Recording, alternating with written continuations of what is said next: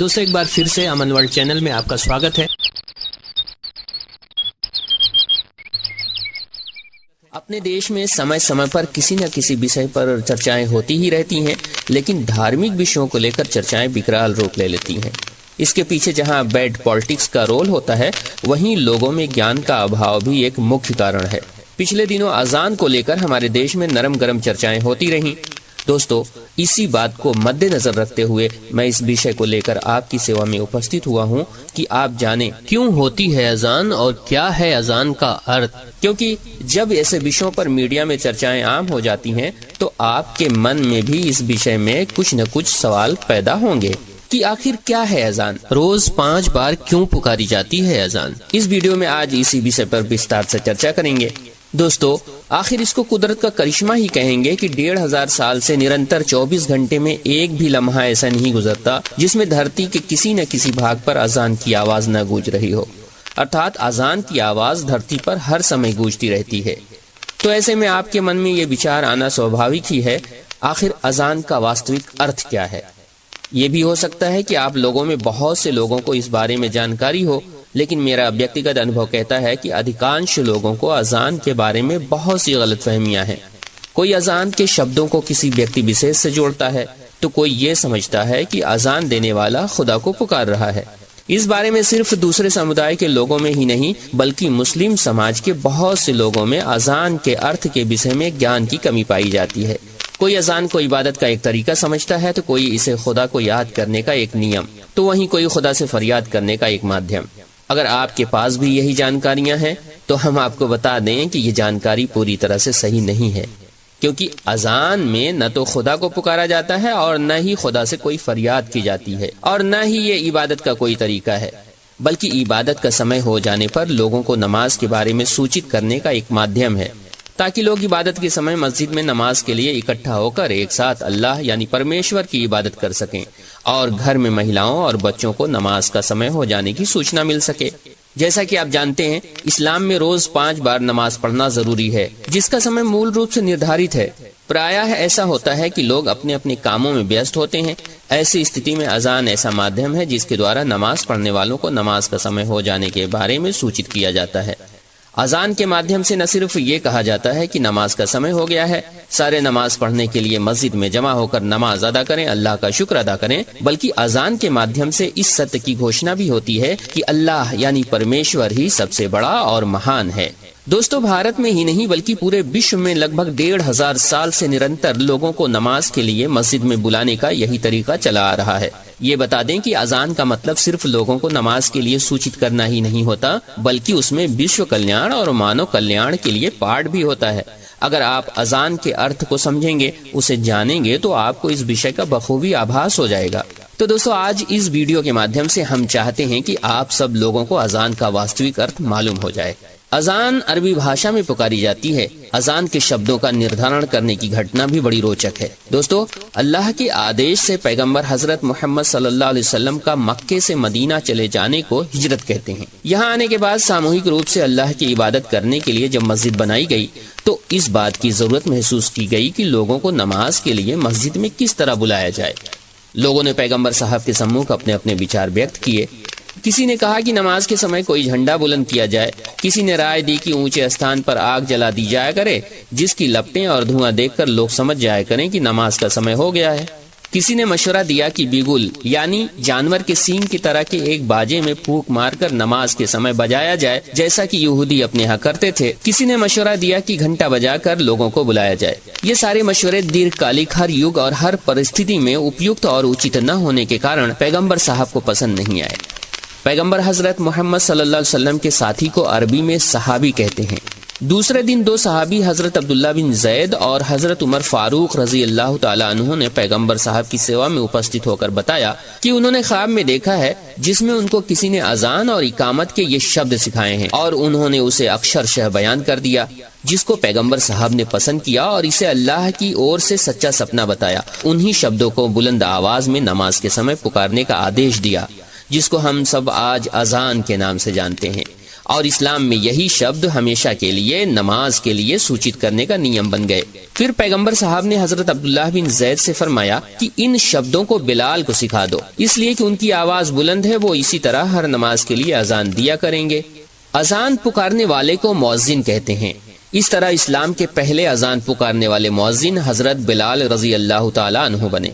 तो आइए पहले हम अजान का अर्थ देखते हैं, जिससे आपको मालूम होगा कि आखिर अजान में क्या कहा जा रहा है।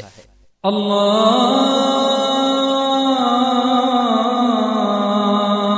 अकबर, अल्लाहु अकबर, अल्लाहु अकबर, अल्लाहु अकबर। अशहदु अल्ला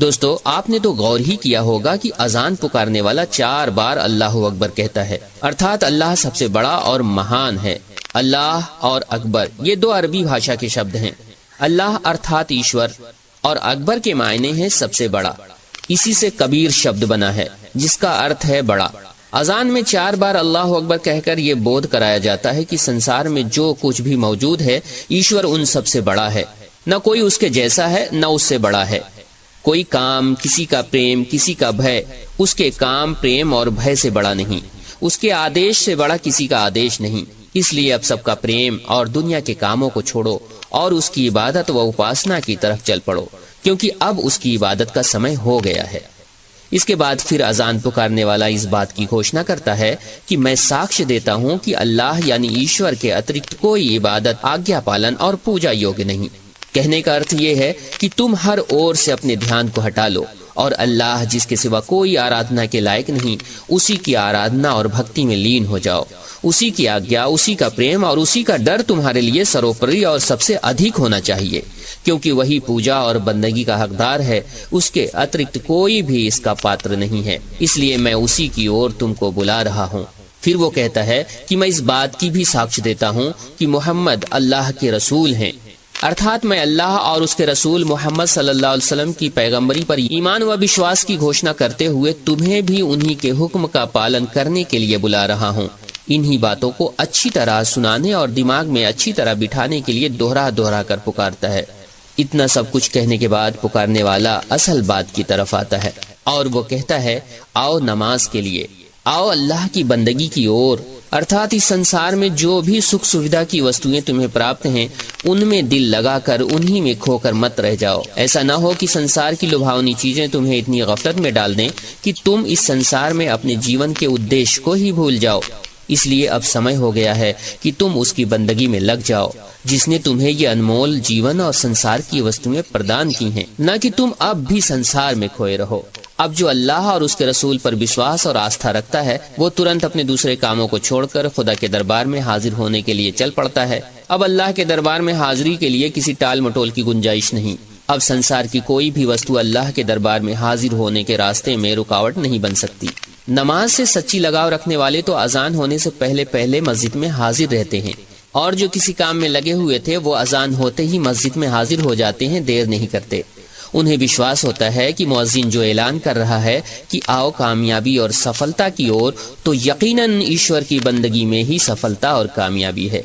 अजान की पुकार पर लोग मस्जिद में पहुंच गए। अब यहाँ अनुशासन भी है, चुस्ती, सादगी और सफाई भी है। इस अवस्था में बंदा अपने रब की बंदगी में लीन हो जाता है, जिसे नमाज कहते हैं। रोज 5 बार मुअज्जिन नमाज का समय हो जाने पर मस्जिद से अजान की आवाज लगाता है और खुदा के बंदे अपना काम धाम कुछ समय के लिए बंद करके खुदा की बंदगी के लिए मस्जिद की ओर चल पड़ते हैं।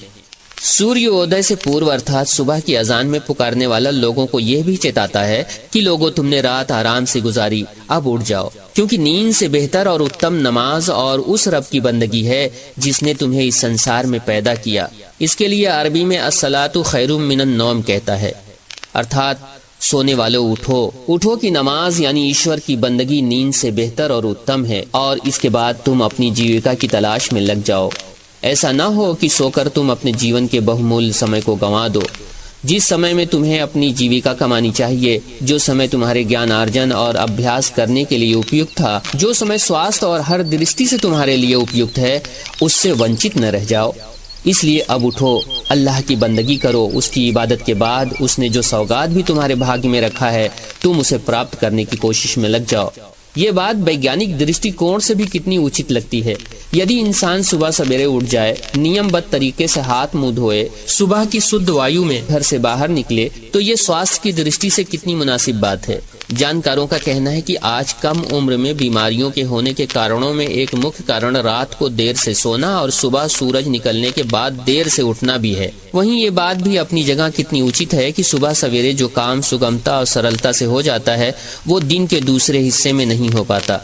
यदि सुबह उठकर व्यापारी अपने व्यापार में, विद्यार्थी अपनी पढ़ाई में और किसान खेती के काम में लग जाए, तो इसका फायदा साफ नजर आता है। खैर, मैं अपने विषय की तरफ आता हूँ। अजान पुकारने वाला अजान के आखिर में भी अल्लाह की बड़ाई की घोषणा करता है और यह भी घोषणा करता है कि उसके अतिरिक्त कोई उपासना व इबादत के लायक नहीं है। दोस्तों, ये है अजान का सर्वसाधारण अर्थ, जिसके विषय में आज मैंने आपसे चर्चा की। इस विषय में बात करने के लिए बहुत सी बातें रह गईं जो हम आपसे करना चाहते थे, परंतु समय इस बात की इजाजत नहीं दे रहा है। तो दोस्तों, आज हमारा ये वीडियो यहीं समाप्त हुआ।